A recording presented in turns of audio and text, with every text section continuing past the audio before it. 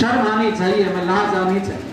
मैं भी बताऊंगा नहीं आपको, कभी सोच रहे हो सुगाली कल तक बता दूं, कल रात तक किसी सभा में, ठीक है ना, आना, क्या पता कब बताऊं ये बात अलग है।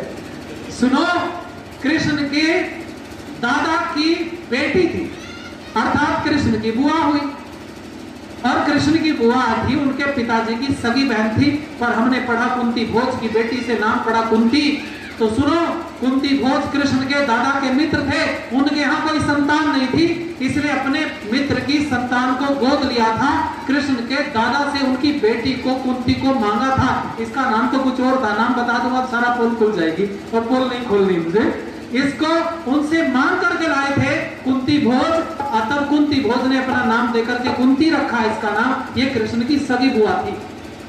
नाम सुन रखा था कृष्ण ने, लेकिन कभी मिले नहीं थे ना कुंती से ना कुंती के बेटों से। बस कृष्ण समझ गए ये निशाना दुनिया में 6 लोग लगा सकते हैं, और वो 6 कौन कौन? गुरु द्रोण लगा सकते हैं, तो ये गुरु द्रोण भी नहीं है।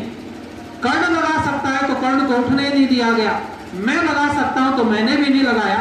एकलव्य लगा सकता है, एकलव्य ने भी बोलो जरा नहीं लगाया।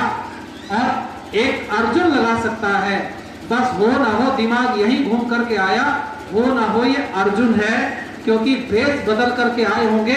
और अज्ञातवास कब का था भैया? ये अज्ञातवास अलग था और देश निकाला अलग हुआ था। ये अज्ञातवास जानना चाहते हो तो सुन लो। ये अज्ञातवास वो वास था जब दुर्योधन ने लाक्षा भवन बनाया था, और लाक्षा भवन बना करके गृह प्रवेश किया गया। ये जब पांचों भाई और माताएं दोनों जब उसमें प्रवेश कर गई, तो रात्रि के समय सोते हुए आग लगा दी थी, और जब आग लगा दी तो पूरा भवन धुधु करके जल गया। तो सारे लोगों ने ये मान लिया कि पांचों पांडव और कुंती आदि सब इसी में मर के खत्म हो गए, ये मान लिया था। पर महाराज विदुर की विदुर नहीं थी, उनकी चतुराई से उनको पता चल गया था योजना क्या है। अरे जो दुर्योधन इतना धूर्त हो, वो इतना बढ़िया भवन क्यों बनाएगा? तब उन्होंने जानकारी कर ली थी, तो एक सुरंग पहले से तैयार कर ली गई थी, और उस सुरंग को भीम ने पैर मारे और फोड़ करके एक मकान के बीच से वो निकल गए थे, और उनकी जगह पर पुतले जला करके छोड़ दिए थे, जिससे राख मिली पुतलों की, पता चला कि वो मर गए हैं।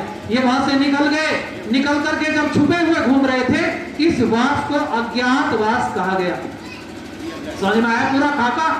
अब सुन लो, जब ये द्रौपदी को लेकर के चलने लगे ना, उस समय पर सारे राजाओं ने तलवार निकाल ली। भाई बच्चे नहीं खिला सकता मैं उपदेश देते हुए, इनको तो आप ही खिलाओ, थोड़ी देर संभालो इनको। हमारा आपको आराम से घर काम कर रहे हो।